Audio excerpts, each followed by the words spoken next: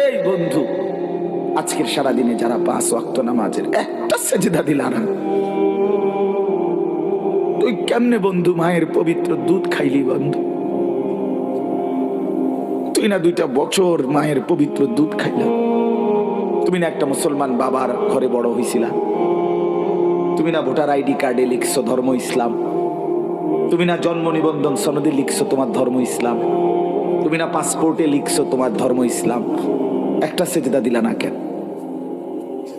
একটা সেজদা দিন। আপনি আমারে দায়িত্ব দেন, এখন আমি বের করে দেই বেনামাজ।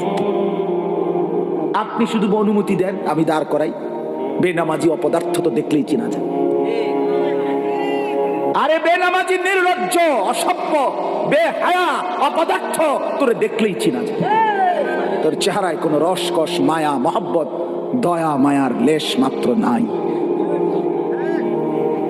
এত বড় মালিক, 7 আসমানের মালিক, 7 জমিনের মালিক, কুল কায়নাতের মালিক, আমার অস্তিত্বের মালিক, আমার মাথার তালু থেকে পায়ের নখ পর্যন্ত ভেতর বাহির যার হাতে, যার ইচ্ছায়, যার সিদ্ধান্তে আমার চোখের পলক পড়ে, আমার হাত নড়ে, পাও নড়ে, আমার হৃদয়ের স্পন্দন, হৃদস্পন্দন চলে, আমার নিঃশ্বাস আসা যাওয়া করে।